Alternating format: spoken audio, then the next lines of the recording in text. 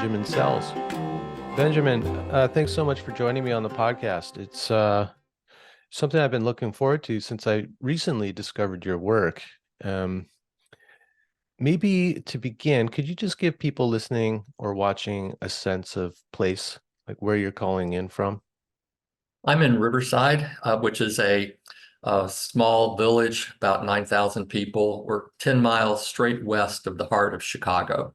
So we're one of the closest suburbs to Chicago, and we're actually the first suburb that was built before Chicago really got going. It's a remarkable place. There's a lot of history here. It was originally settled by the indigenous peoples, and then the Europeans came when they found the Chicago Portage, which is very close to here, which is the connecting point, the geographical connecting point that connects the Atlantic Ocean with the Gulf of Mexico. So it was a portage for canoers in the early trading days of fur trade. And it was really that portage that gave rise to the city of Chicago. So it's a small community, but it's a very influential and important community in terms of not only regional history, but U.S. history. Hmm. And based on the topic of some of your books, it seems like you have a deep connection to Chicago. Were you born and raised there? No, I'm very much a transplant. I moved here from Texas, where I was going to graduate school. And it's been almost 40 years though. I mean, so I feel it feels like home. I mean, Riverside is certainly my home now. Hmm. Graduate school in Texas. Is that where you met James Hillman? It is.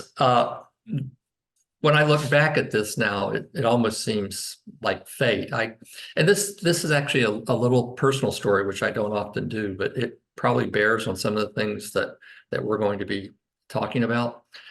I had a I had a teacher in college who taught an introductory course in religion, and I had never experienced someone who thought the way he thought. He was enormous. His name was Benjamin Ladner. He was enormously educated, but had this infectious enthusiasm for ideas. And he was the one who suggested that I go to graduate school at Southern Methodist University. And I went there because there were some phenomenologists that were working there at the time that he thought I might click with. But lo and behold, when I get there, Thomas More is teaching there.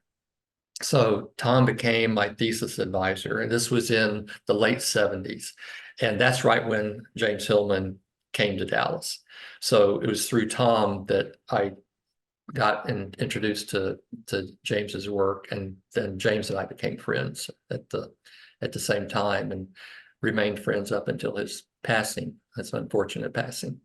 But Tom and I are still in communication. And in fact, Tom is probably one of my oldest living friends. So Hmm. it's a nice connection.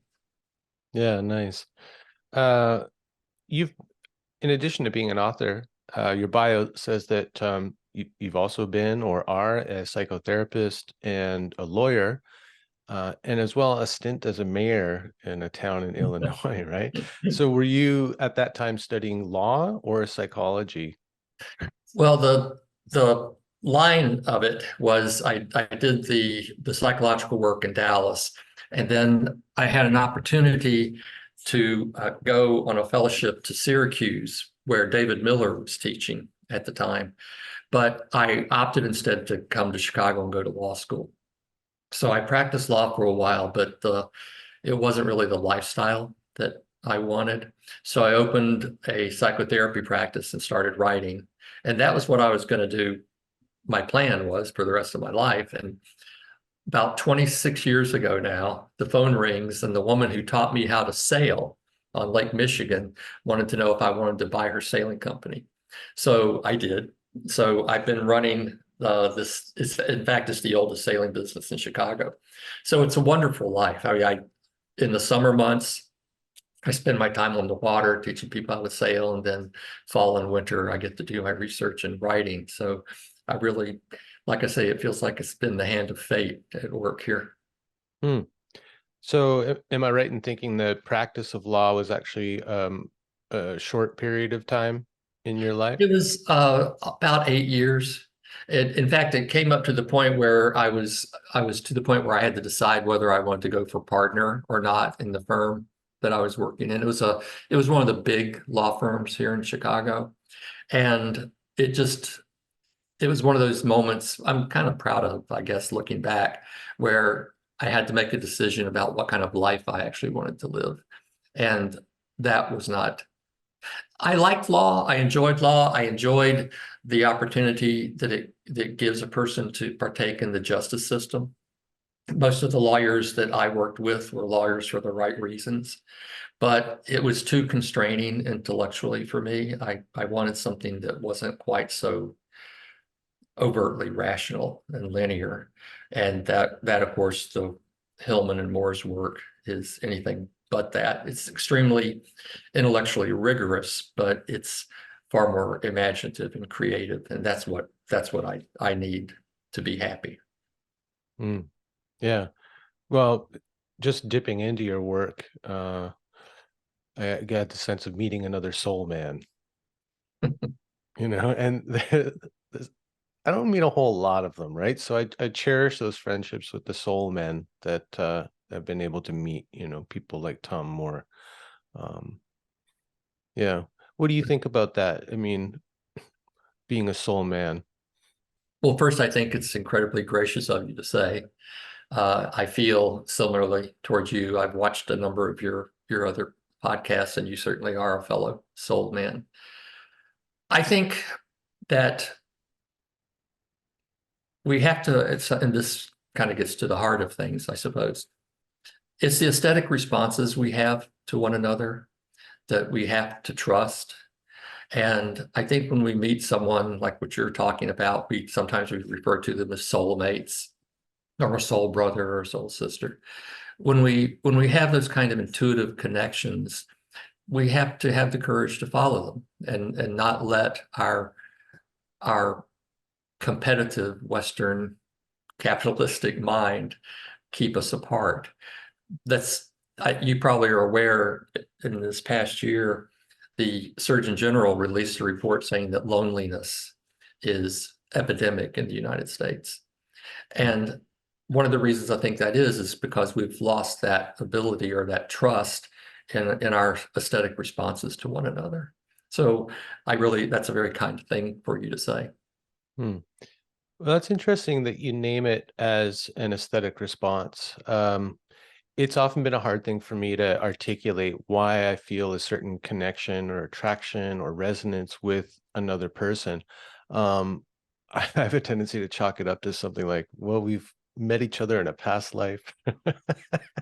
Our souls know each other, they recognize each other. I mean, who knows about that? I know like Hillman didn't get into metaphysics. But I like this as an aesthetic response because the book that I've been reading of yours, that is at the heart of it. Kind of counter Aristotle's assertion that we are political animals, you assert that we are aesthetic animals, and that the aesthetic response is primary. Uh, can you maybe unpack that a little bit? Because it might be a deeper understanding of aesthetics than what many people think of, Sure. But before I do that, let me Mhm. comment on something that you just said about James. Uh, I don't think that he would necessarily discount the notion that you meet people. It's not that you've met them before, but in his book, The Soul's Code, which I recommend highly to everyone to read, he has this notion that we are born with the daimon, that the daimon that lives through us has selected the life that we live. And I think that the people we encounter, the friends we make, are part of that lived destiny. So it's no accident that I ended up at Southern Methodist University, and it's no accident that Thomas More was there. And it's no accident that you and I are talking today. Mhm. It's how I imagine things, at least. Yeah, no, I'm with you on that, but it's for me, I'm talking more about like the feeling of recognition or the feeling of immediate connection. Yet we might have been kind of nudged along a certain path to meet people that we are meant to meet in order to live out our destiny. But that kind of pre-rational feeling of like recognition is the best way I can put it. That, I mean, that's such a mystery to me, but I think it has something to do with the aesthetic response that you speak about. It does. I think I think we're speaking about the same thing with just different terminology.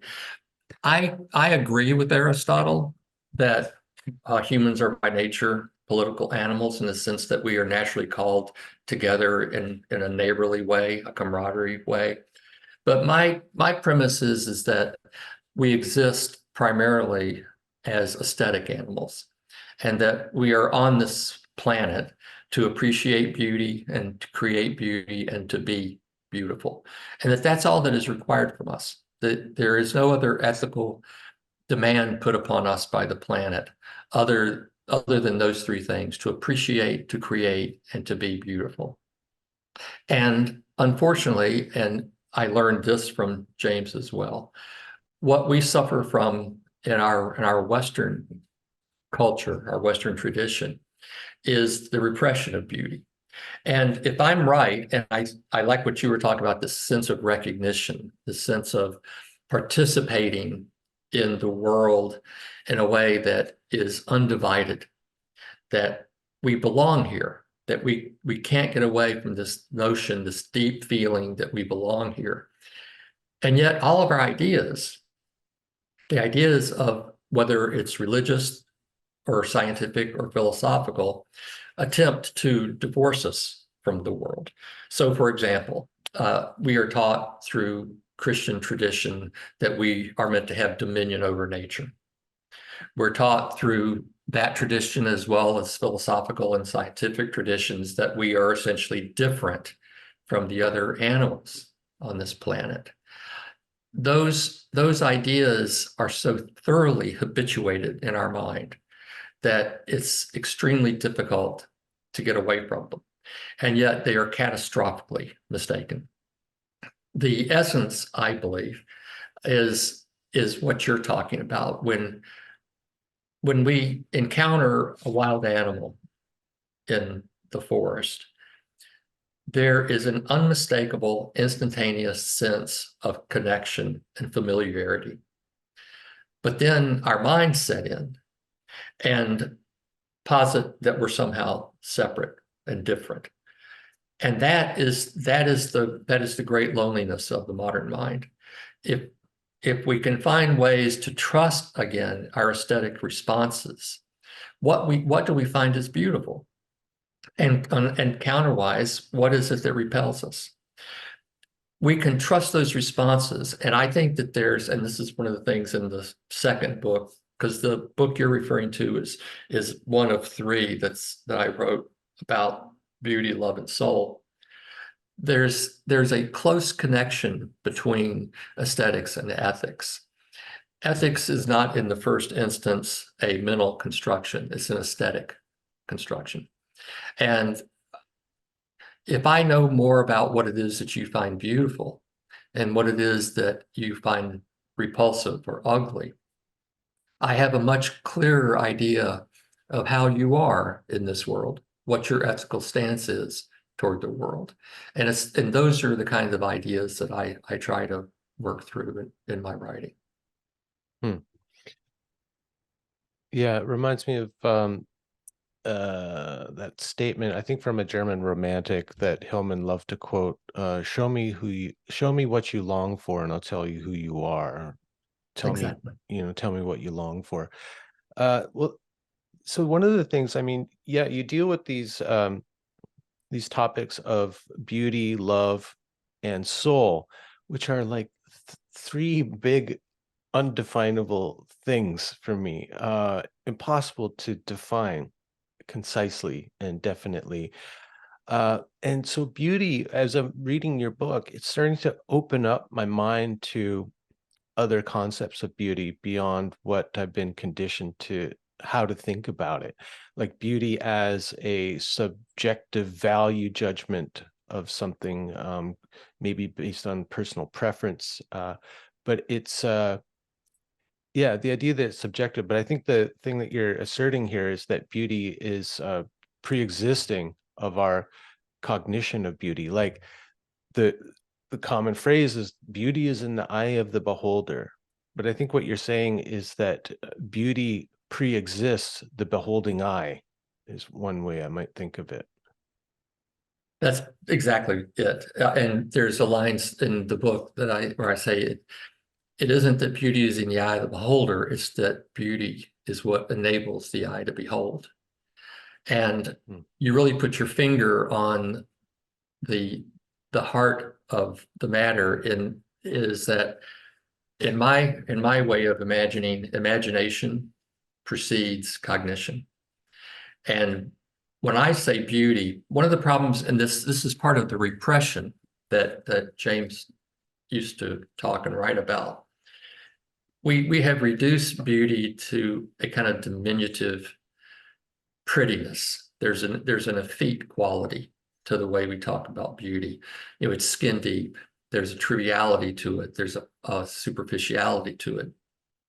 But for the ancient Greeks, for example, Aphrodite, who was the goddess of beauty, was the god that made all things apparent. Without Aphrodite, there would be no sensate world. There would be no connection to the world or even to the other gods. It is Aphrodite's smile that enables the gods and all things to appear. And you mentioned a little bit ago talking about that attraction. It's beauty that attracts us. It's beauty that pulls us out into the world. And that pulling out, that leading beyond ourselves out into the world, that taking us beyond this crippling idea of subjectivity, that somehow the soul is mine. It's my secret possession. It's a secret self that you're not privy to. And this is how we think. You can't know the secret soul, the secret self that I have within. I can only reach that through personal introspection and reflection. And that leaves us all islands. It leaves us all separated from one another.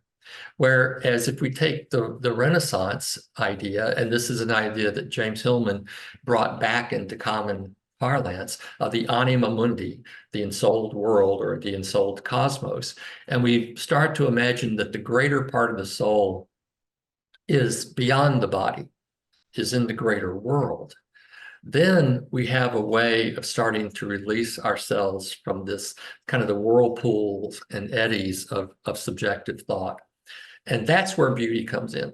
Because my sense of beauty, and I like that you talk about not being able to define it, because I'm very proud that I wrote 3 books on beauty, and there's not a single attempt to define it in any of them, because beauty isn't definable. Beauty does not belong to the rhetoric of definition.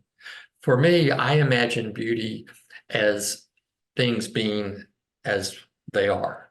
I mean, there's a place somewhere in Plato where Plato talks about Socrates being beautiful, but Socrates was almost uniformly thought of to be physically an ugly man. But he was beautiful because he inhabited his soul. He was beautiful because he was as he appeared to be. And I think that's what, when we talk about soulmates or being soul brothers and that kind of thing, I think that's the experience we're having. We have this experience that someone is seeing me and perceiving and knowing me and imagining me, most importantly, in ways that are not accessible to me. I mean, we've only been talking here now just a few minutes, but you already know things about me that I don't know about myself, which is a beautiful idea, that we require one another, that we aid in the begetting of one another, that it's the interplay and the communication and the reciprocity of souls that allows the world to become enriched and fuller. It's so sad to me when I think about how we have all been taught to think of ourselves as insular and cut off.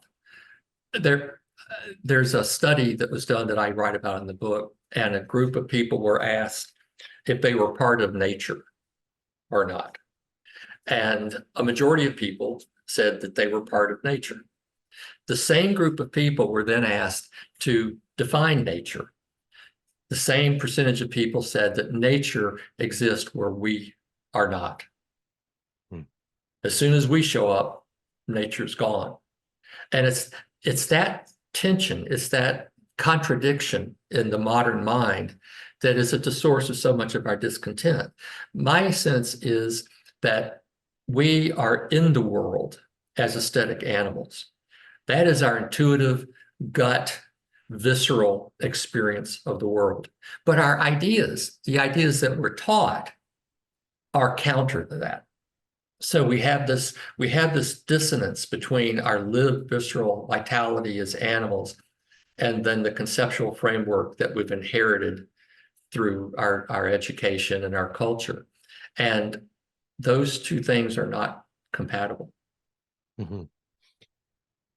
This is a new idea to me, thinking about beauty as the thing presenting itself, how might I say it? Like authentically, honestly, without without a facade, something like that, right? So like if I look at a tree is not trying to be anything other than a tree.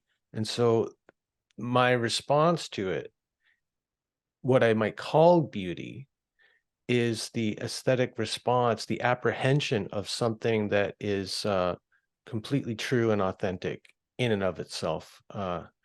Is it something like that? Yeah, that's very beautifully put. And to just extend that idea a little bit more, the tree, when we encounter it, makes things possible for us that would not have been possible without its presence. So the calling forth of the tree to our aesthetic response deepens our experience of the world. There was James Gibson had this notion he called affordances. Mm-hmm. And he thought that the natural world, he made the word up, affordances, but the natural world affords opportunity to the animals and all that live here. So, for example, the tree affords the opportunity to the bird as someplace to land, to nest, to hide seeds. And the affordances of the thing are what constitute the thing. And then along comes the bird. And it's the bird's presence that realizes what one of the opportunities that the tree affords. So there's this symbiosis between the tree, which doesn't do it intentionally for the bird. The tree is just the tree. But then there's this wonderful permeation between the bird and the tree. But you're expressing it very nicely. This notion that authenticity is a nice word. Adolf Portman, who James Hillman relied on a lot in his work, he was a Swiss zoologist, talked about that the appearance of animals, well, not only animals, the appearance. He used a word that translated means self-presentation.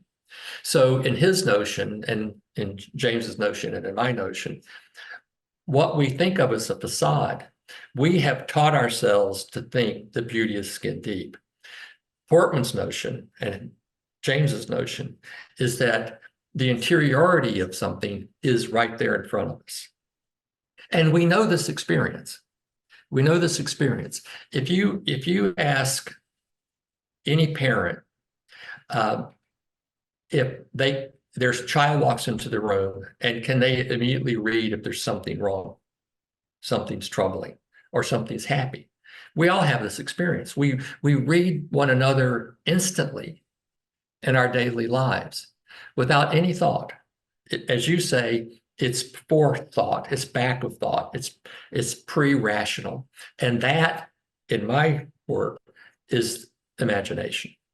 The imagination is what allows us to connect through beauty to the greater world. And without that connection, without imagination, and believe it or not, even Kant said this, without imagination, there would be no cognition whatsoever. But let's take it a step further. I would suggest that imagination is prior to, or maybe we shouldn't say prior, because that infers a kind of causality. I would not separate imagination and perception. When I think one of the things that we find so striking about non-human animals is their sureness. The way a cat walks through the room, there's a certainty there. It's almost as if the cat unfurls itself as it moves through the world. And that is the kind of immediacy that I'm talking about. And I am absolutely convinced that we have that. We are animals, but we cover it up through the repression of beauty.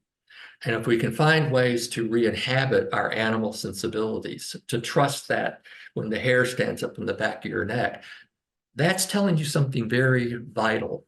And an animal would respond to that. We second guess it. Mhm. And that's where we go astray. Mhm. Oh gosh, there's so much in there. I think that animal surety, the animal certainty, like the certainty of their action, when we apprehend that, I think we call that grace, like the cat is so graceful, even as it's, I don't know, pawing at a bit of yarn or something, and our dog displays this. She's a beautiful little mutt rescue dog, but we always talk about her grace and the way that she positions her little feet, and talking about that deeper connection. Just the other day we were sitting there cuddling on the couch watching something with Suki in between, my wife and I, and I just had this sense that something was off with her. And I was kind of like going through her fur, petting her, and I recognized that she had a tick. Now, she wasn't displaying any kind of overt signs of, a reaction to the tick, but I just had a sense that something was like a little off with her.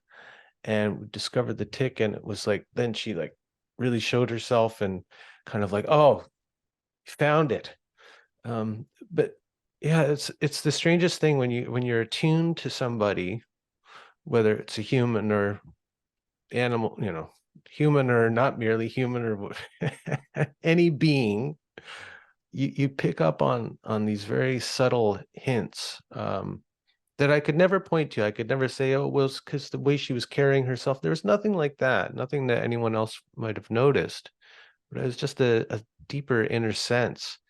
um, and it led me to take action to kind of go through her fur. It's like this suspicion, oh, I think she might have a tick, I don't know. That's the kind of thing you're talking about, right? If we can just trust that, those like subtle feelings and urgings. That is such a beautiful story. Um, a couple things that you said. They are so graceful, as you say, but, and this is where the love comes in. Through their grace, they grace us. They're a blessing to us. And indigenous people all over the world have recognized forever the divinity in animals and the spirituality of animals and how important they are as spiritual carriers. But what I really think is so wonderful about the story you just told is, first, it was that aesthetic response that you sensed something was off. Uh, that likely would not have happened with an unfamiliar animal. Mm. It, and that that aesthetic sense, as you said, led you to action. You didn't just sit with it. You attended to, is Suki a boy or a girl? Oh, she's a girl. Yeah. Girl. So you attended to her. And when you relieved her suffering, such as it was, she responded and she lets you know. I mean, that is the essence of exactly what I'm talking about. That close connection through aesthetics, because when you find something beautiful, you often come to love it. Mhm. And when you come to love it, you want to care for it. You want to attend to it. You want to protect it. And most importantly, you want to the degree that you can with your love, you want to help the beloved become more fully realized, to become more beautiful, more fully what they're capable of being, but what they wouldn't be able to do without your love. See, that to me is the great connection Yeah. that love offers us. Rilke, the poet, had a beautiful phrase. He said that the highest task between two beings was to guard the solitude of the other. Mhm. And that's how I think of loving relationships. I mean, I would not be able to be who and what and how I am without the love of my wife, Mhm. without the love of my friends, without the love of my village. We depend, we depend on one another to be who we are. And that's why I resist so strongly and vehemently against this idea of the secret self or the secret soul, and insist that we depend upon the imagination of others to be.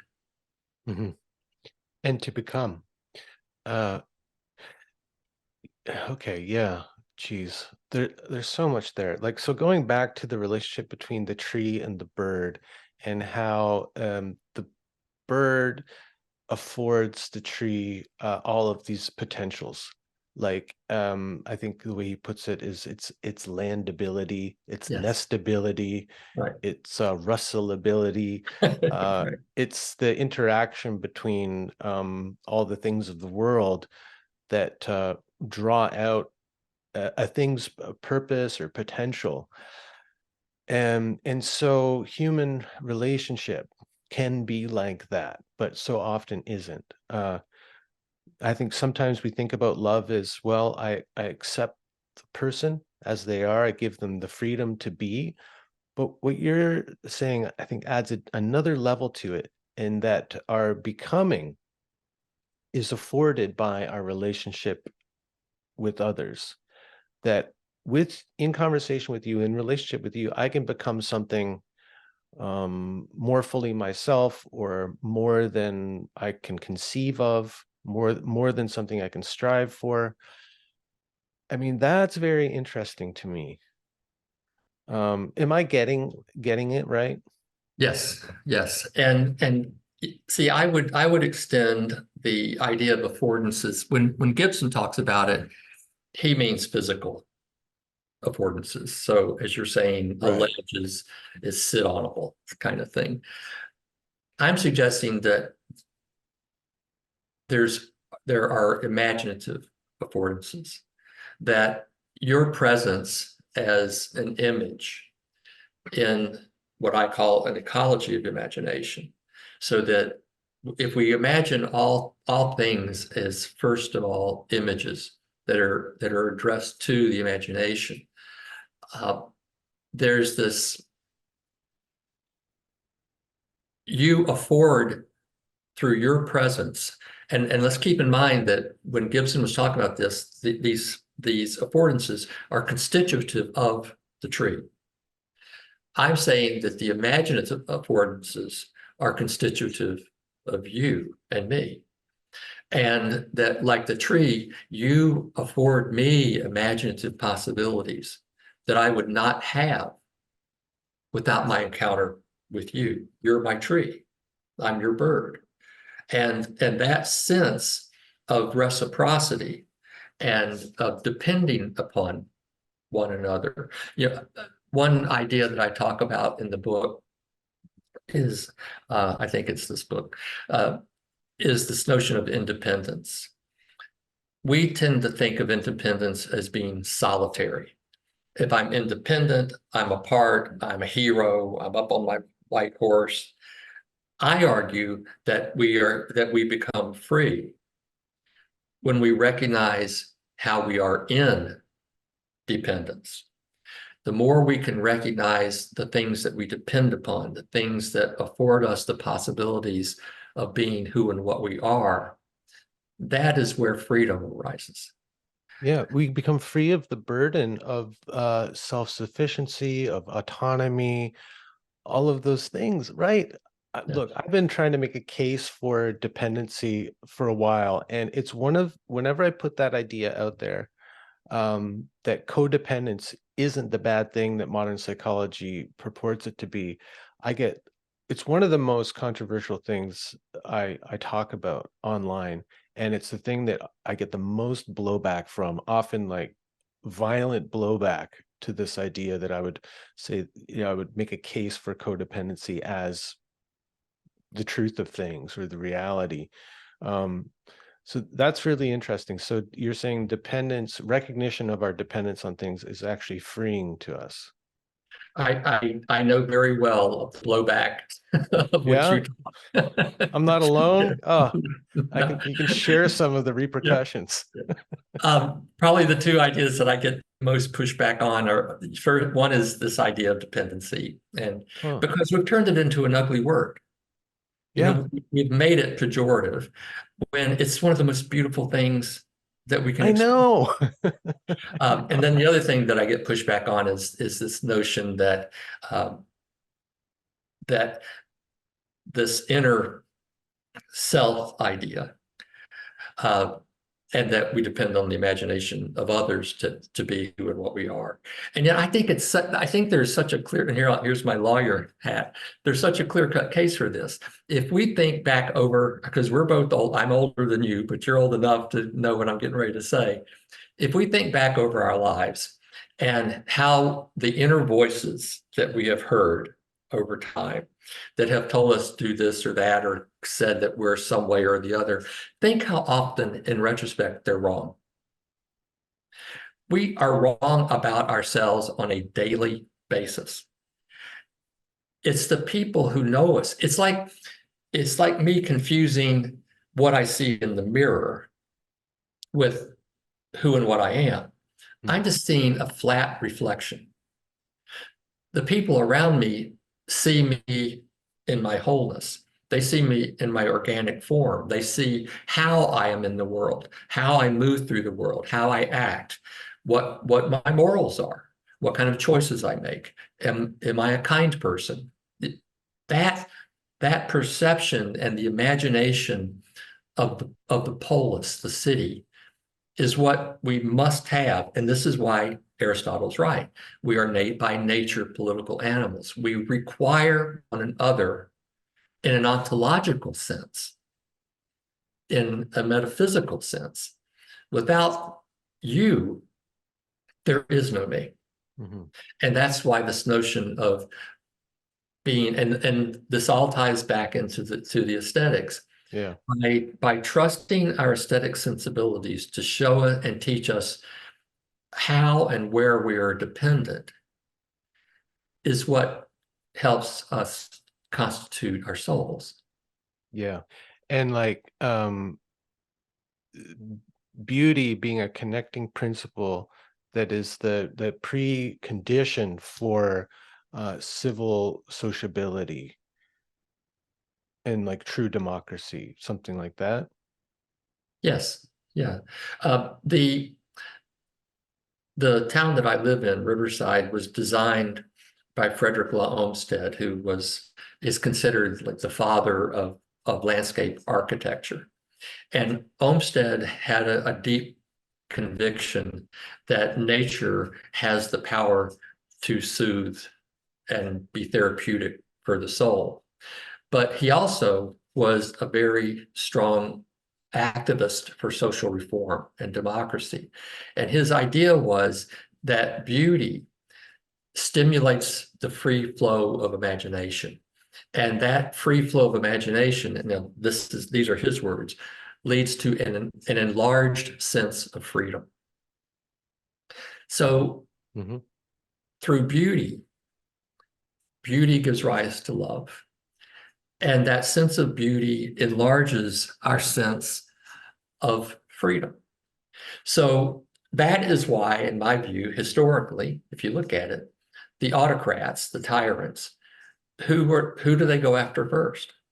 The artist, the poets, the people who bring beauty and love into the soul, into the world, because they know intuitively that when we are in the thrall of beauty or in the rapture of love, there is no place for tyranny to take hold. Right. There is no place for hate to put down roots. And so that's why they go after beauty and love first. Hmm. Hmm. That makes sense. Yeah, well, because beauty and love connect, and what they rely on is division. Yes. Um, right? Because if I'm open to the beauty of all things presenting as they are, the other as beautiful, that appreciation um, uh, refuses violence upon it and encourages care uh, and reverence. God, this is at the heart of some really uh, Well, and press that, pertinent things happening right now in the yes, world, right? press that just a little bit more. If if we move toward this aesthetic way of being in the world, there are no others, because the self and other dichotomy is one of the great mistakes of the Western mind. And it's attributable to Descartes and this whole notion of mind and body and self and others and all this. But if I begin to imagine, as and Jung said this, psyche is not within us, we are within psyche. We are part of an ensouled cosmos. Then the tree is not another, is not, it's different in degree, as Hmm. Darwin would have said, but it is not different in kind. There is a mutuality uh, between the tree and I. Hmm. I remember going to a pueblo in New Mexico years and years ago, and there was a tree in like the central plaza of this pueblo, and the town had been built around it. And I got out of I was there looking at pottery of all things, and I walked by this tree and kind of, gave me a jolt. I mean, I had a physical reaction to this tree. And later that evening, I was back at the bed and breakfast where I was staying, and I told the story to the owner of the bed and breakfast. And she started laughing. She said, "That's why the Pueblo's there, is Hmm. because of that tree." We have these experiences, these visceral, I would say, aesthetic responses to the world, but then we poo-poo them. Hmm. Well, that was me projecting. It wasn't. I knew nothing about that tree. It impressed itself upon me. So this notion, all these ideas that we banter about so habitually, that I have a secret self and that I project onto the world, so that if I say, if I say that, my cat is happy, I'm being anthropomorphic. All these just I know. ridiculous ways of imagining things that really point to our inadequacy, the limitations of our consciousness, the limitation of our language. And I make the point, and you experience this with your pet. For me to say that my cat is happy, I'm not saying that she's happy the way I am happy. She's happy the way a cat's happy. But that doesn't mean that the word happy is anthropomorphic. It just means that's the limitation that I have in my language and my conceptuality of seeing and appreciating something in her that I feel intuitively that is like what it is for me to be happy. So the more we can break down these barriers that we've built between us and nature, and the denigration of other animals as not having consciousness or being capable of imagination. And I mean, it has always surprised me, if you look at especially at the history of consciousness and the notion of consciousness within animals, how so many smart people could have been so wrong for so long. I mean, even to this day, there are people who reject the idea, the notion that animals have consciousness. I mean, it is so intransigent, and it all goes back to our arrogance and our hubris, which is our central human sin. Yeah. Well, yeah, make a case for animals having access to imagination. How does a bird know how to make its first nest? It doesn't get mentored into nest making. It leaves the nest it was born, raised in to a certain point, very short time. It goes out and at some point starts collecting things to assemble a nest that is remarkably like the nest that it was born into, and going all through its ancestry. Robins make a particular style of nest. Hummingbirds make a particular style of nest that are so beautiful and delicate, and yet hold up remarkably well, because it's learned to take these bits of plastic that I think it must get from some construction site somewhere, and that makes good nesting material. Oh, and the feathers will make it nice and soft and warm. That is a remarkable, innate, unlearned intelligence. So the nest exists in the hummingbird's imagination before it exists in the world. How can it be otherwise? And that nest you just held is decorative. It's So, beautiful. but let me press that just a little bit. Hmm. So that little piece of plastic that's in there, we could look at it and, as you say, rightly, it's good nesting material. But hummingbirds are one of the species that pick materials for their aesthetic, pleasing quality. I write a little bit about the bowerbird in the book. The bowerbird builds these intricate, lovely bowers to It's attract. like a little amphitheater. Yes, yeah, Yeah. it's a little amphitheater, and they're built to attract the female bowerbird. And the It's like he sets the stage for his mating dance. That's It's amazing. that is exactly what's done. And the male bowerbird will go out and collect colorful items and will create a pattern in front of the bower. And if a researcher moves a pebble or moves a bottle cap or whatever, when the male bowerbird comes back, he'll put it back where it was, Where it because belongs. where it belongs. Exactly.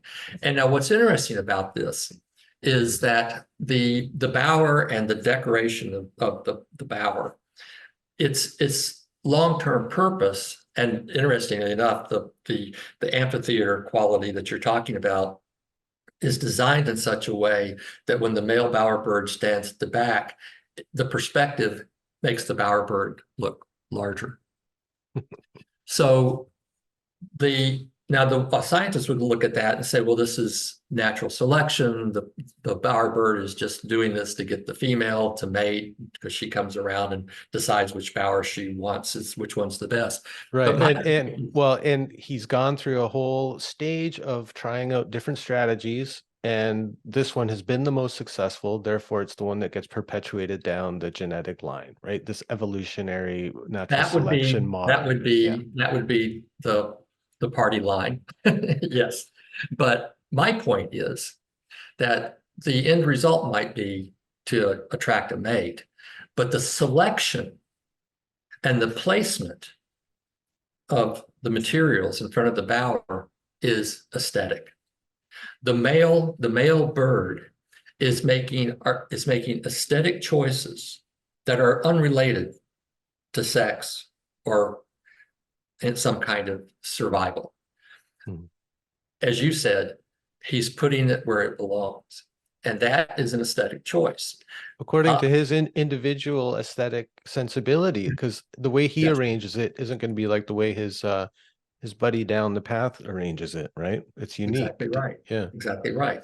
And the way he arranges it will appeal to the aesthetic sensibility of this female, whereas the one down the road there will appeal to an aesthetic sensibility of a different female. Almost as if there's something guiding them toward this shared fate. And I Yeah. mean, do birds have diamonds? Uh, I What I an love amazing idea, I right? love that very much. I would say yes. I would say yes. After the story about the bowerbirds, I'm saying yes. Okay, and challenge my belief all you want, but hey, can we do a little 2-minute break before we Sure, continue? absolutely. All right, one sec. Okay. Okay, so just to recap a little bit, I love this. I think of it like an equation, kind of making a case for the return to beauty, not the return of beauty. I think you discovered that in the writing of the book, that that beauty is pre-existing, it's always there, it's always available, but it's about reorienting ourselves toward it, opening ourselves to receiving it, to being grasped by it. But so you've got this kind of equation that our apprehension of beauty leads to love, and love leads to attachment, but also belonging. And belonging is a topic that I've uh, gotten into on the podcast with one of my teachers, Stephen Jenkinson. It's a very curious word. I mean, he opened it up for me etymologically. Um, and it's another one of those words that's really hard to define when you really open it up.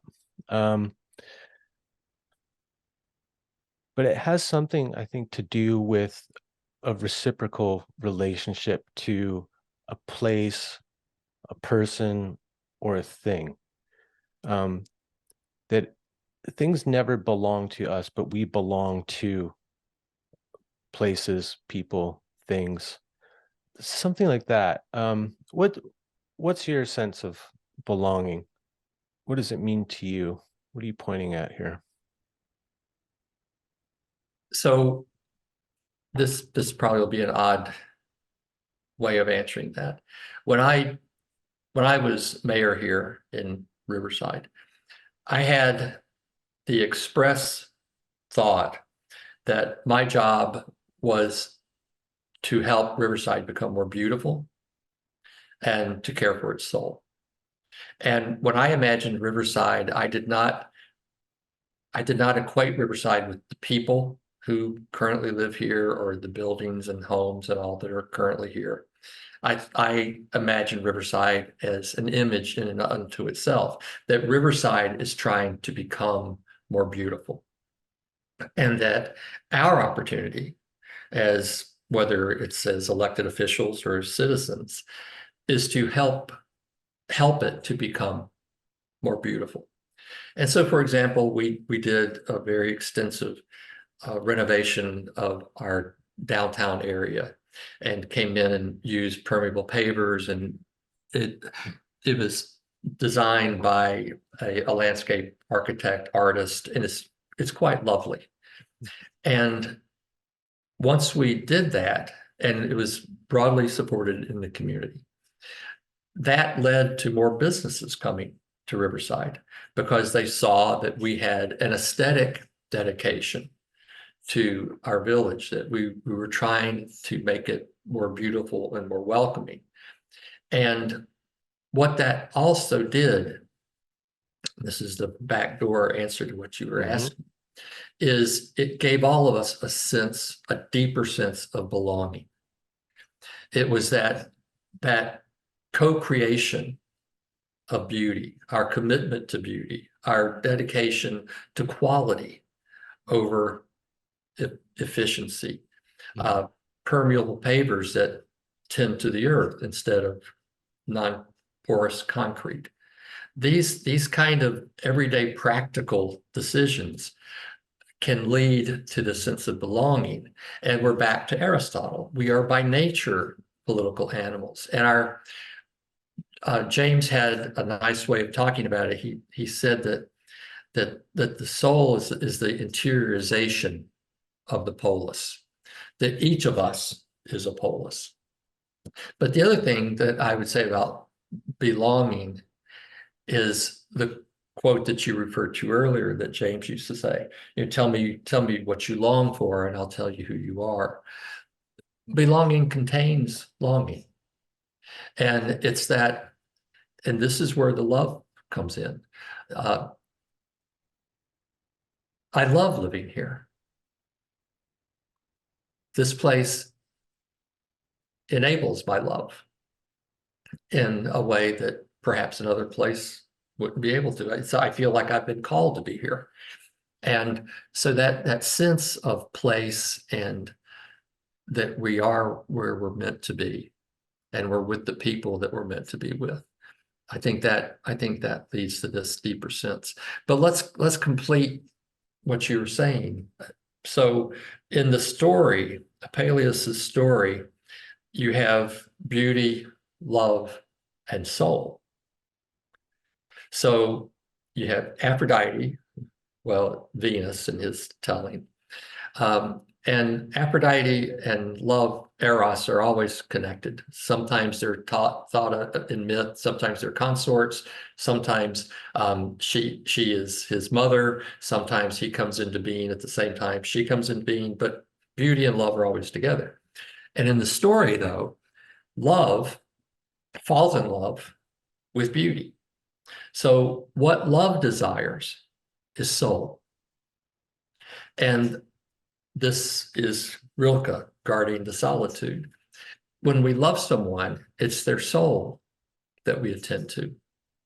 And so it's like that holy, to me, it's like the Holy Trinity, of beauty, love, and soul. They belong together. And whenever one of them is there, the other two are implicated. Mm-hmm. You never have them alone. When you love someone, you perceive their beauty. You perceive there's never been anyone like you, we say. Or it was love at first sight, we say. Or we find one another. That's the attraction. That's the reciprocity of aesthetic response that we started out talking about. Mm-hmm. So that way of being in the world, where, to go back to my premise that we exist to appreciate beauty, to create beauty, and to be beautiful.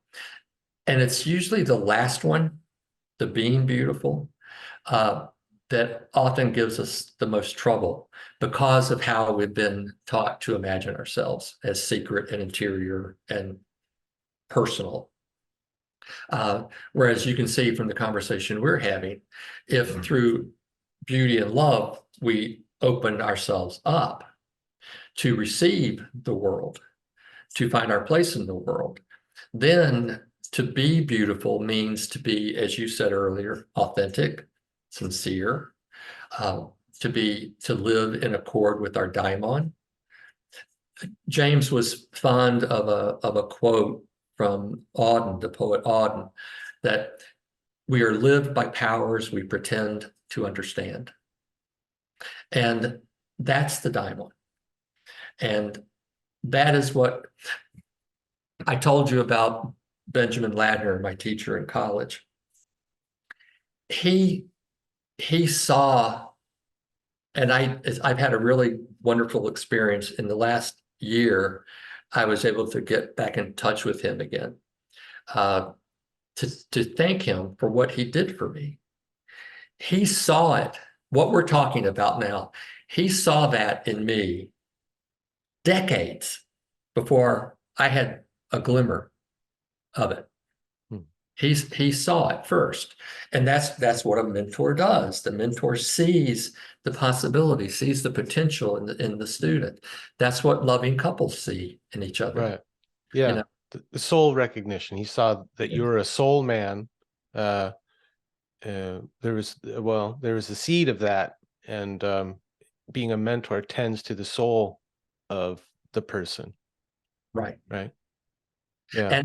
And the other beautiful part of that relationship was he showed through his example, he showed me a way of being in the world that I had never imagined before.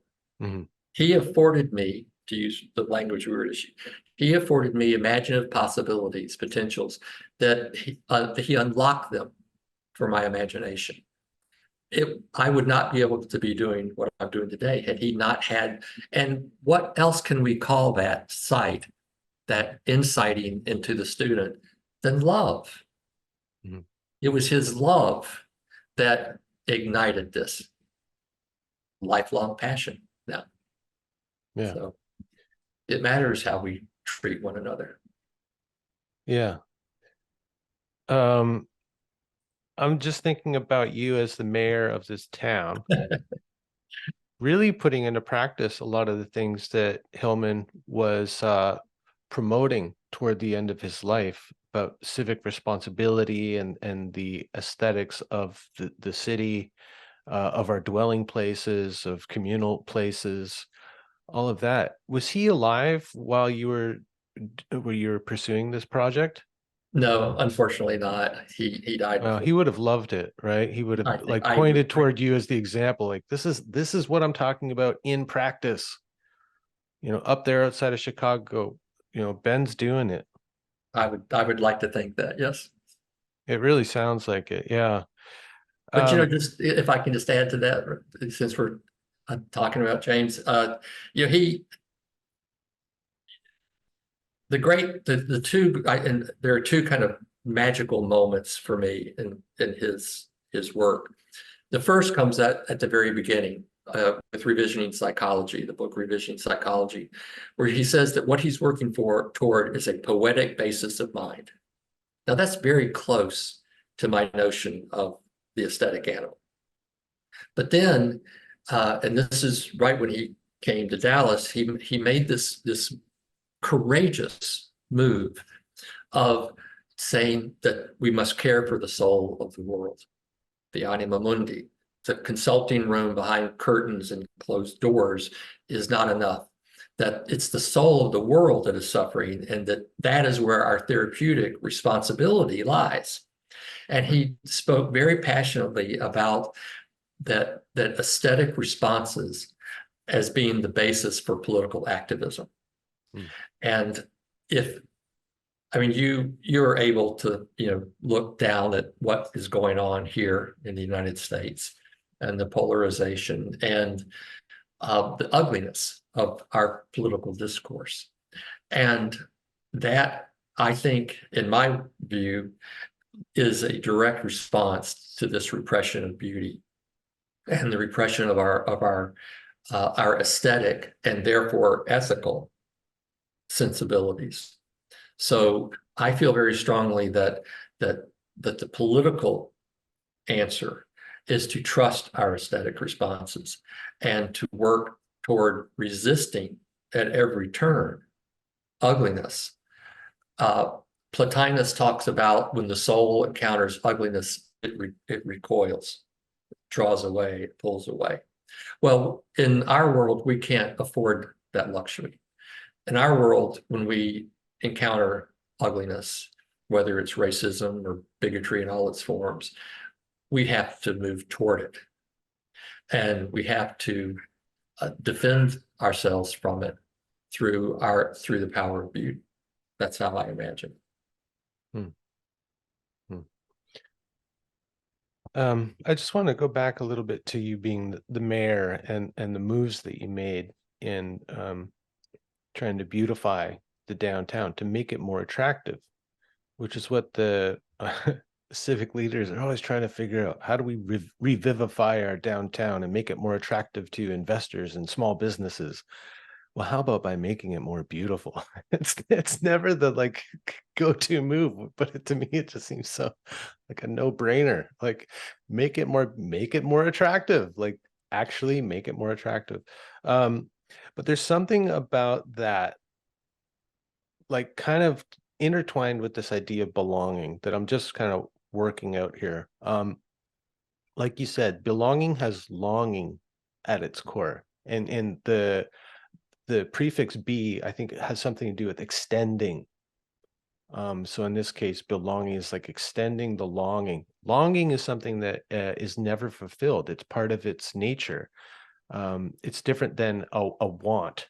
A want, I can go out and find the thing I want. You know, I can go buy the new thing and now I've got it and that's fulfilled. But the longing is about something that is more intangible, um, less less possible to satisfy, I think. And so the longing keeps us moving, keeps us extending ourselves out into the world or something.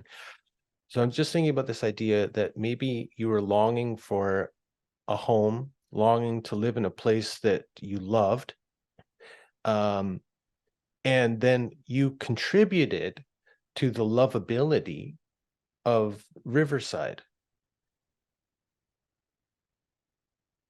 Like your longing led you to contribute to the lovability because what you longed for is a lovable place to live. I mean, is that That's very making any nice. sense? Yes, that's no, that's very nice. Uh and we the other way that I kind of imagine it too is, I mean, I have an unusual set of skills, having been a psychologist and a lawyer and a therapist. And uh, so this opportunity that Riverside afforded me with this remake of our business district, there was a reciprocity there. Uh, there was obviously there was community. There were a minority of people in the village that pushed back strongly against it. They thought it was too expensive. Why are we using pavers and permeable pavers when we could just use concrete and be cheaper and all that? But so that required my political sensibilities to try to persuade a majority of people to let's do this thing. And there was strong support for it as well. I mean, one of the nice things about living in Riverside is because of the Olmsted connection and the beauty of the village, that it's kind of self-selecting. People come here because it's beautiful. So I was perfectly positioned because of that to be able to make this argument that we need to make this more beautiful. And I mean, you make the connection. If we want to attract things, let's make it attractive. It's a very straightforward kind of proposition. But let me give you another example of something that we did. We have a park down here that has a cabin, a small log cabin that's used by Boy Scouts and parties and stuff like that. So I had a local artist did a map, a historical map of the area that showed where all of the indigenous peoples had lived, showed where their burial grounds were. Some of our parks and playgrounds are on top of those burial grounds. And we did this with and we had it designed so that it would be attractive to children, that it would be a map that children would be able to read, understand, and would be interested in. And we had the specific idea in mind that we were going to educate our children about our ancestors, that there are bodies in this soil. And it wasn't overt. We didn't say that in writing on the map, but that was its purpose. That was its aesthetic, and I would say psychological purpose, was to educate the soul of our young people. And I like very much that you talk about etymology. I like that the etymology of educate is to be led out, to be led beyond ourselves. And so the tree educates us. The map talking about the ancestors educates us. The sensitivity to using permeable pavers instead of concrete educates us subliminally. It's a way of doing therapy for the soul of the place, which I felt like was my job as an elected official, to help to help Riverside or fully embrace its own sense of its soul, to which we get to belong, to use your word. Right. Yeah. Are you familiar with Bruce Alexander's theory of dislocation in regards to what he sees as the roots of addiction? Um, Psychic dislocation comes up in your work. Um, and it has something to do with a lack of sense of belonging. And at the root of belonging is recognition of beauty or openness to beauty, which leads to love and then to care and attendance to and affordances and all of that. Have you thought about addiction and is it just like a numbing, like an anesthetizing, uh, that is somehow a defense against the beauty of the world because it's not in accordance with our conditioning? Or, I mean, I have thought that. Yes, I think that, I mean, there are various ways to imagine it. I mean, one, if you take alcoholism, for example, uh, I have sometimes wondered whether the excessive use of, well, we call them spirits, don't we? Does that point to a sincere longing for spirit, mhm, the spirit that we don't have vibrantly in our economically and competitive driven world. And so since we don't have it as a soul trait, we act it out, which is always the, you know, when I was a therapist, that was always the big fear in therapy. You know, when somebody would come in with some kind of suicidal ideation, my sense was always that to trust that instead of saying, oh, no, no, no, you know, we can't. No. Instead, what if we imagine that something does need to be killed? mhm, Where we make the mistake is our literalism, which is what James hammered his entire life. The literalism was like one of the main enemies to the soul. It's only when we literalize things through turning spirituality into the spirit drink, that's where we run aground.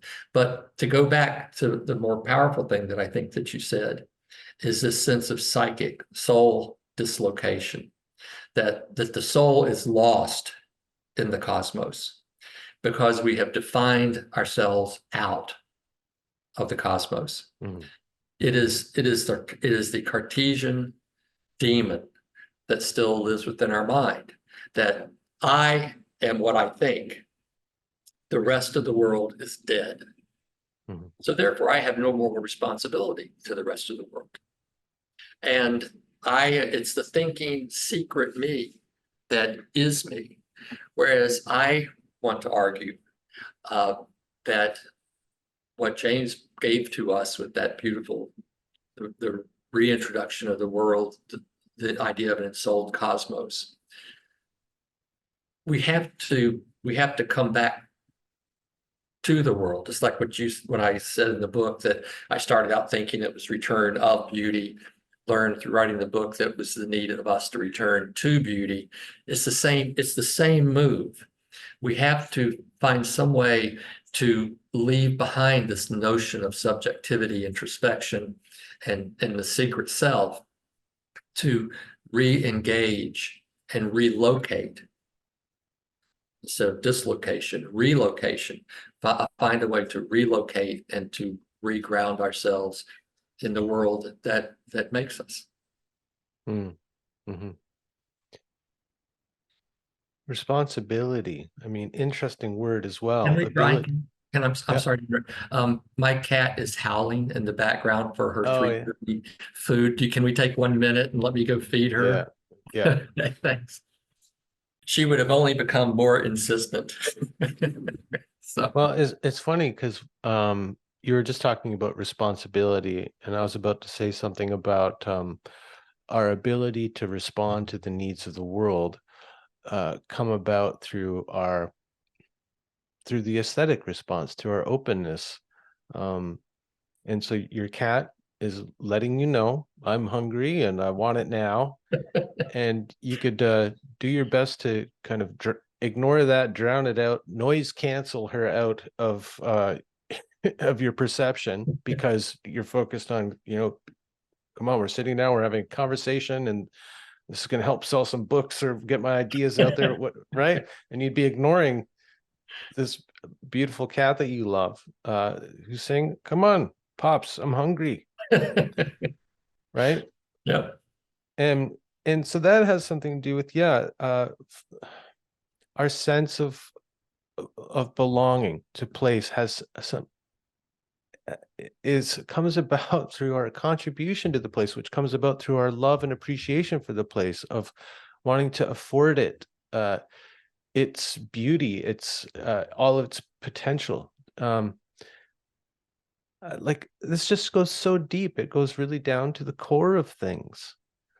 And God, there's like grief in there for me too. Like, I had this dream of Yes. having a time machine and going back and breaking Saul of Tarsus's legs before he could get out and start spreading this gospel of separation and dominance over the natural world. Like, how things could have been otherwise. It fills me with such kind of anger and grief. But that in itself then feels like, well, you don't like the way things are, bub? Get out and do things differently. Uh, you know, afford the ability to be otherwise in people and in the world. Well, that's very nice. I mean, if we imagine that somehow we could re-engage the world, and now let's talk literally for a second. If we can re-engage the planet that we are systematically killing, if we could re-engage the planet through love and beauty. One of the things that James was very compelling about when he talked about in the environmental crisis, for example, is that a sense of duty and obligation will never do it. We will never shame humans enough to get us to do what we need to do. Mm. But when you love something, you don't care for it through a sense of duty or obligation. It's devotion. Mm-hmm. I mean, that wanting to attend to it, to protect it, to make it more beautiful, to make it more lasting. That is just inherent to the love itself. So that's one of the political kind of subversive aspects of what I'm trying to do here. Because if we can get ourselves back to beauty, we will reignite the love. Yeah. And I think that's the only chance we have. Yeah. If we even still have a chance. But also, Yeah. I Well, think if we can't save the planets, we can at least like save our souls, you know? And the planet doesn't actually need saving, because it'll adapt and we'll be fine without reconfigure itself. Yeah. it. But maybe you could work on saving our souls, and in saving our souls, we know that there's an interrelatedness with the soul of the world. And so it's like you said, it's reciprocal, it's symbiotic. It's necessary for survival. But you said something very powerful a second ago too, and very moving, I thought, which is the grief and the anger that you feel. And this, I think somehow this ties in with the addiction that you brought up. Mm. Because my sense is that Mm-hmm. that there is this contradiction and dislocation, psychic dislocation, between how we have been trained habitually to think and feel about things, and how our animal aesthetic soul actually experiences things. Mm-hmm. And when we are divorced from that animal soul, grief and anger are exactly the correct responses, but with no place to put it, with no place to put that grief and anger, because we don't have initiatory rituals, for example, or that kind of thing, then we literalize the angerness into extremist fundamentalist polarization in politics. We literalize it through substance abuse. And notice that Well, word, but I, substance abuse. It's the yeah. substance that we're abusing because the substance is not valued. We don't have the value in the ensouled cosmos. Mm-hmm. And that's the abuse. You know, James used to talk about that Descartes was the father of littering because if the world is dead, it doesn't matter what you do. Yeah. It doesn't matter whether you throw the cup. Yeah. Um, I definitely I see what you mean about on one hand leading to it like fundamentalism, externalized violence, um, denigration of the other, all of those things that are causing so much strife in the world right now.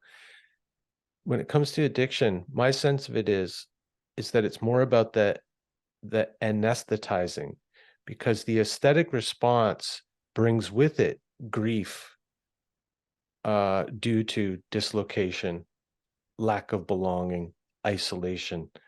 So if we anesthetize ourselves, we also close ourselves off to all that comes along with it, you know?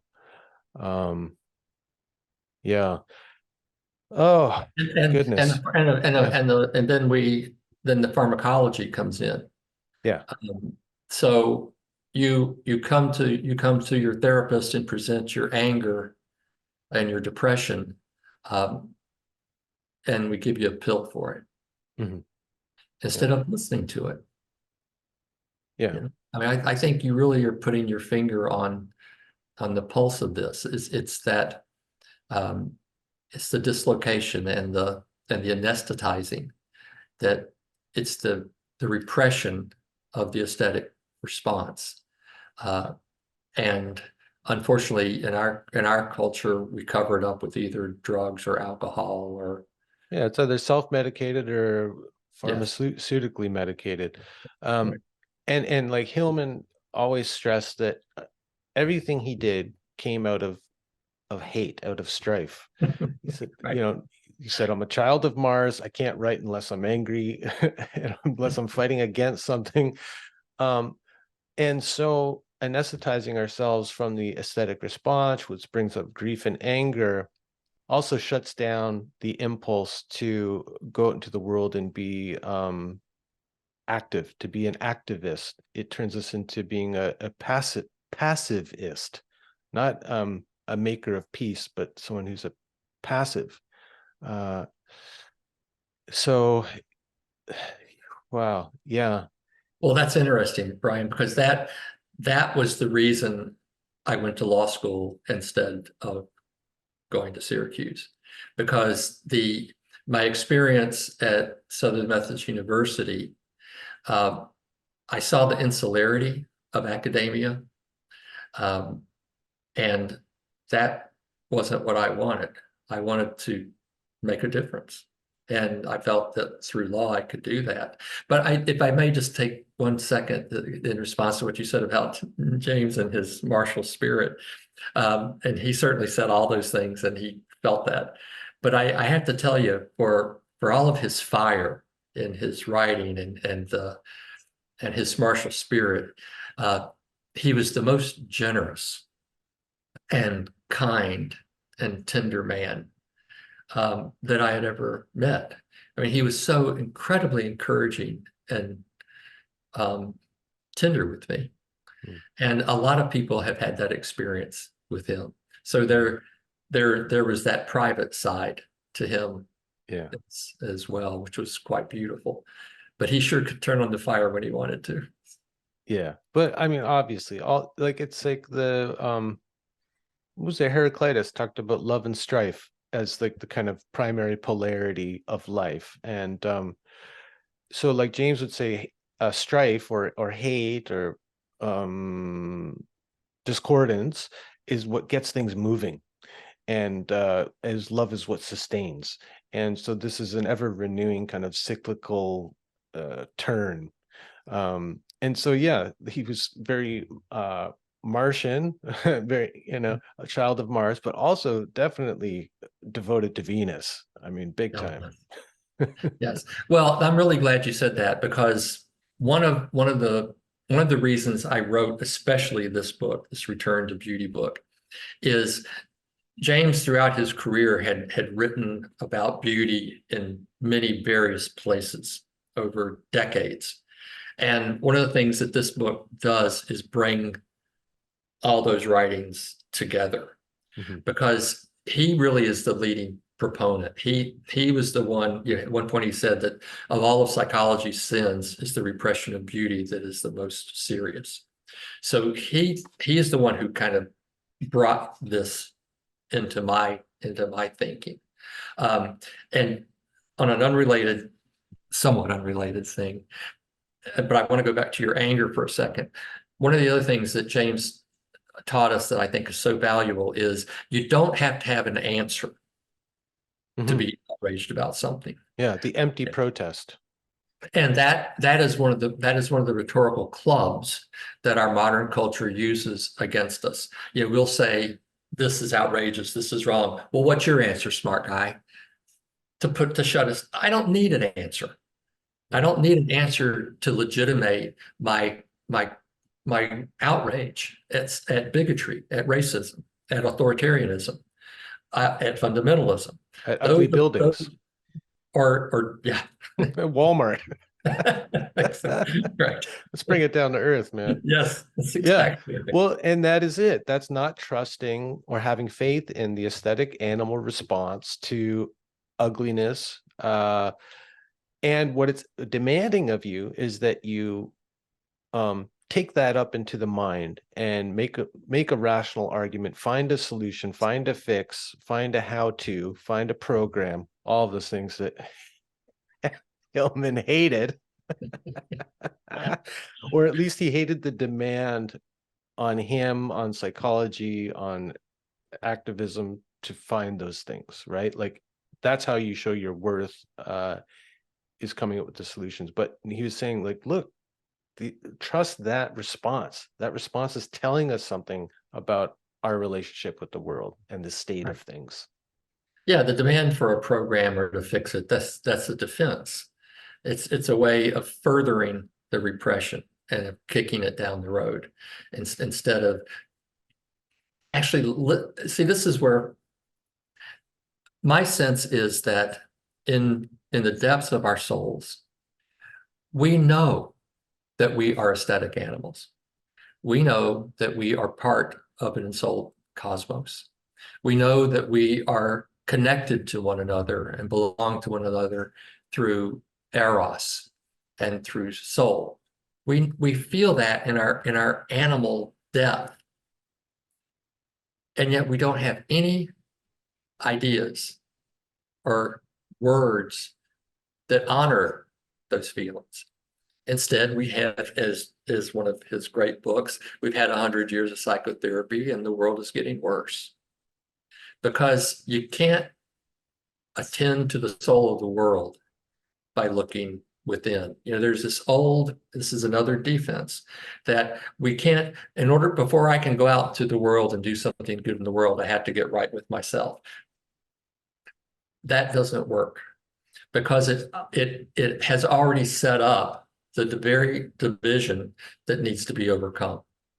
Whereas my advice would be, instead of wondering who you are or wondering what you want to be, go do something. Mhm. If you look at the myths, especially of the heroes, um, it's always about what they did.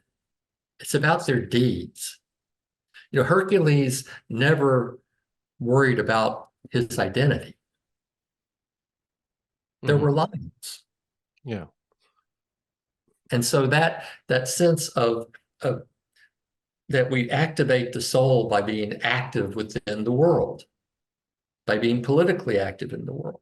Mhm. That politics is soul making at its best.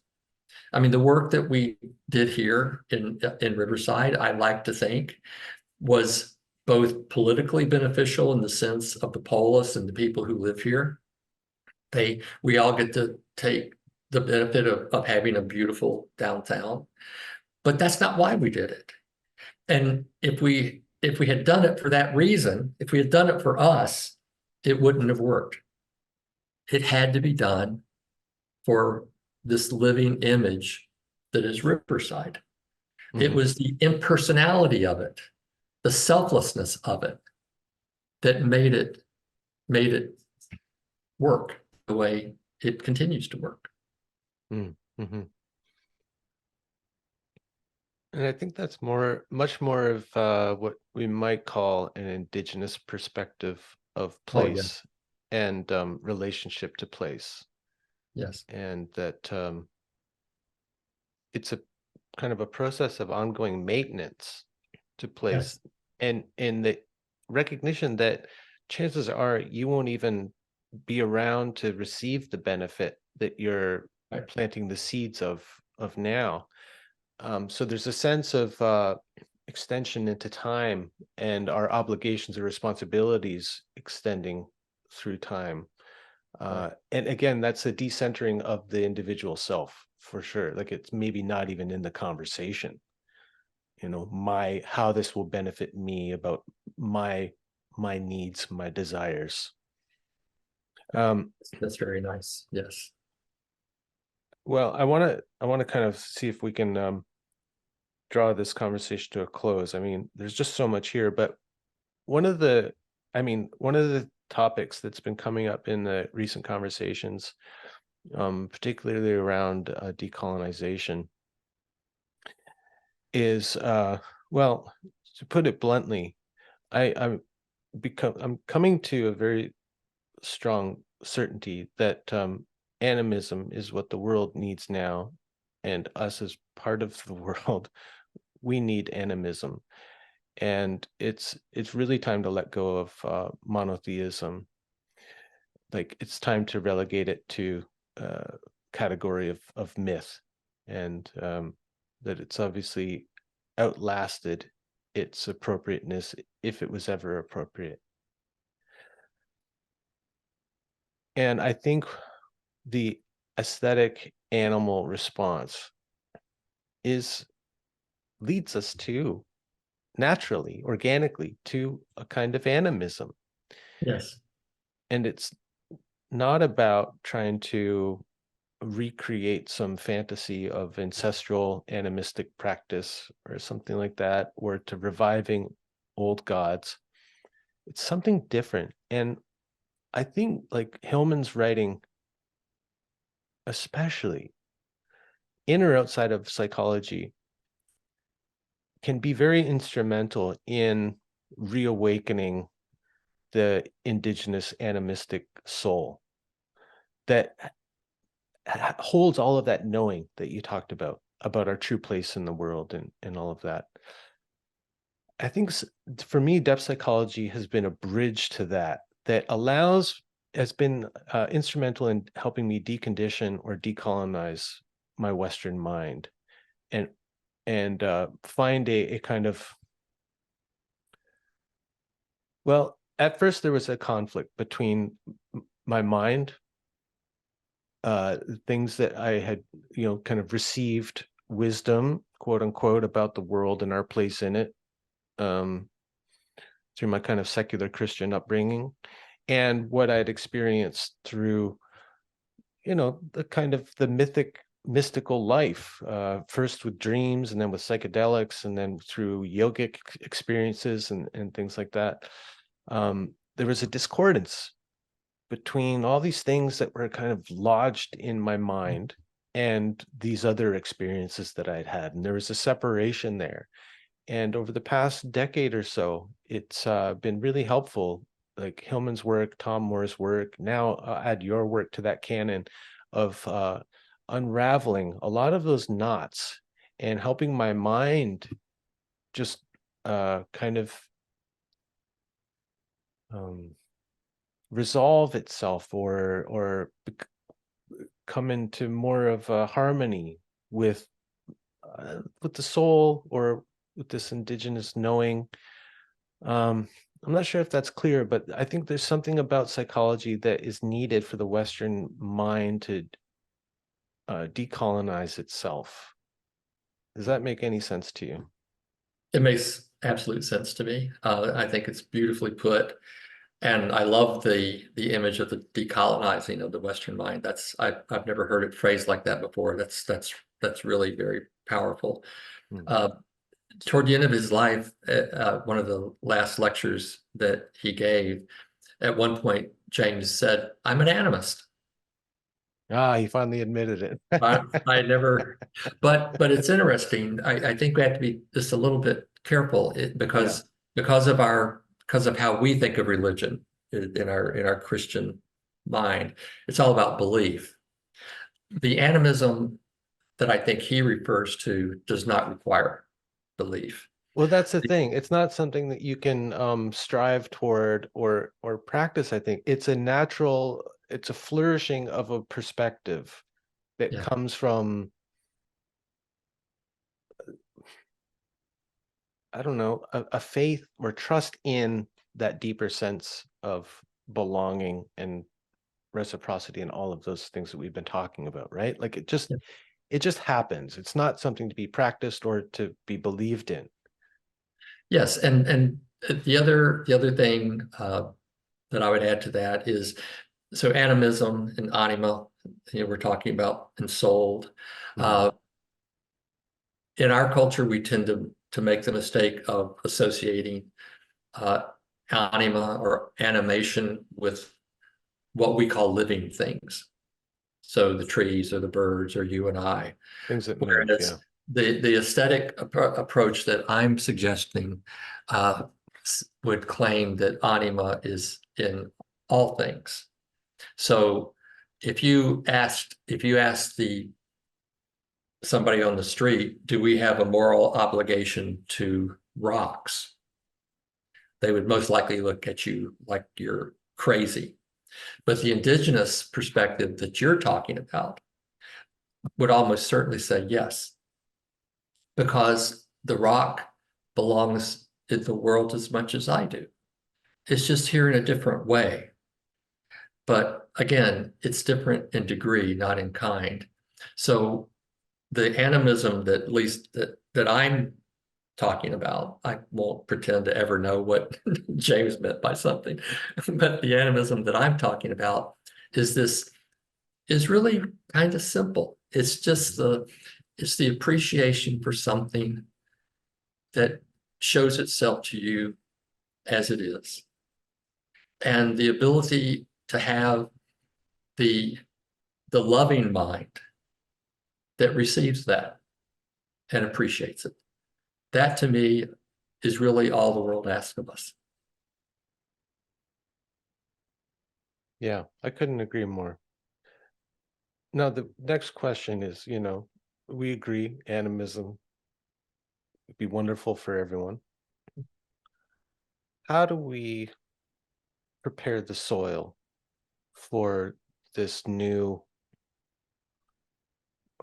way of being for the Western person, especially has been dislocated psychically and otherwise? Um, how do we like prepare the soil for that? That's a big question for me. I know that's like a how-to kind of question, or what's the program? But yeah, sure, we can talk about it more. But I think people who are so anesthetized to the world aren't going to be listening to this conversation. It's not going to interest them. Um, they're going to be looking for more pragmatic instruction on how to live from people like Jordan Peterson or whoever. Um, so Well, how in our way can we do something to like um to nourish the seeds of you know what's next? well, first, I think that perhaps you don't credit the work that you're doing enough. I mean, um, this kind of conversation, the work that you do, the work that I'm doing, that that is preparing the soil in the only way that we can. I mean, if you read the book by James and Michael Ventura, who've had 100 years of psychotherapy, the world's getting worse, they tend to think that it's the end of things. Mhm. And I saw this certainly as a practicing therapist. Very often the breakdown has to happen. I'm not sure that we can think our way out of this one. And it may be that the end, and I don't mean the literal end, but the breakdown of monotheism, which has, and to be very clear here, this is not an anti-Christian perspective that I'm talking about in terms of the religion. It's the monotheistic style of mind. It's the cast of mind that I think you're referring to as well, because there's much that is beautiful in Christianity, but the idea that the world soul, the cosmos, can be contained in any kind of singular vessel, any kind of single God, Unified theory. it just doesn't work. Mhm. Which is why James, his whole life, again, he talked about polytheism all the time. He talked about the anima mundi all the time, but he never, ever talked about belief. He was never asking someone to believe in these things. The Greeks did not believe in their gods any more than I believe in the tree. It's simply there. And to the animistic mind, the participatory soul, the world, there is no distinction between me and the other things of the world. It's a belonging. And so I don't know how to fix it. All I know is that I'm a writer, and that's what I do. Yeah. Yeah. I mean, that's what it comes down to for me too. Like, just tending to my little corner of the world. Uh, and actually, been really inspired by Hillman over the past number of years, in getting out into the community I live in and trying to plant seeds of change or to nurture things that have been neglected, like a youth music program and things like that. So, Wonderful. like, I think, yeah, little things have a great effect if we think locally. Like, I think we have far too much reach for our minds these days, and what we're uh kind of subjected to if we open up the fire hose of social media, internet media. It's just too much. And of course, people are feeling lonely, but they're also feeling very overwhelmed, chronically overwhelmed these days. And so I think it's time to actually narrow focus into locality, like Riverside or Souk, BC, you know? Yeah, I mean the Alexander Pope, who was writing at the same time that Olmsted was doing his landscape architecture, had a phrase. He said, "Consult the genius of the place," Mm, and all. And by genius he meant that tutelary spirit, the daimon of the place. And I think that you're exactly right, that all any of us can do is tend to our little corner. Because if we all do that, we will be drawn more and more, well, into the community that you and I have discovered in this conversation. And when you reached out to me to ask if I wanted to do this, and I was honored to say yes. I mean, those kind of connections and the love that exists in a conversation like this, the animation that exists in aff- a conversation like this, affiliation, affiliation, yes, great belonging. word. Hmm. And just like Ben Ladner showed me through his example, what a mind inspired by love can do. We, through our work and the kind of conversations we're having here, can be examples of how relationship can be non-personal and yet intimate, which is what this has been. Mm. Well, except for when I talked about Suki and That was perhaps the most intimate. It's kind of personal though, you know, Yeah. you getting up to feed your cat. Well, Ben, I mean, this has been so great. I'm so happy I reached out to you and had the chance to meet you because I didn't know much about you and I just started to get into your work. Um, and so it's been like a kind of delightful first meeting. And I hope it's not the last conversation we have because I love your ideas and they're very deep and the implications of what you're talking about in terms of aesthetics and restoring beauty, returning to beauty. The implications couldn't be more mm, relevant at this moment, you know, in all kind of areas of life in the world and our society right now. I mean, it goes deep. Well, I appreciate it very much, and that you're interested in the work. And um, I don't often get to have these kind of extended conversations like this, and I feel like that we did some soul making ourselves today. Mm, yeah, I feel it. Well, thanks again, and we'll see you down the road. I look forward to that. Thank you, All Brian. right, take care.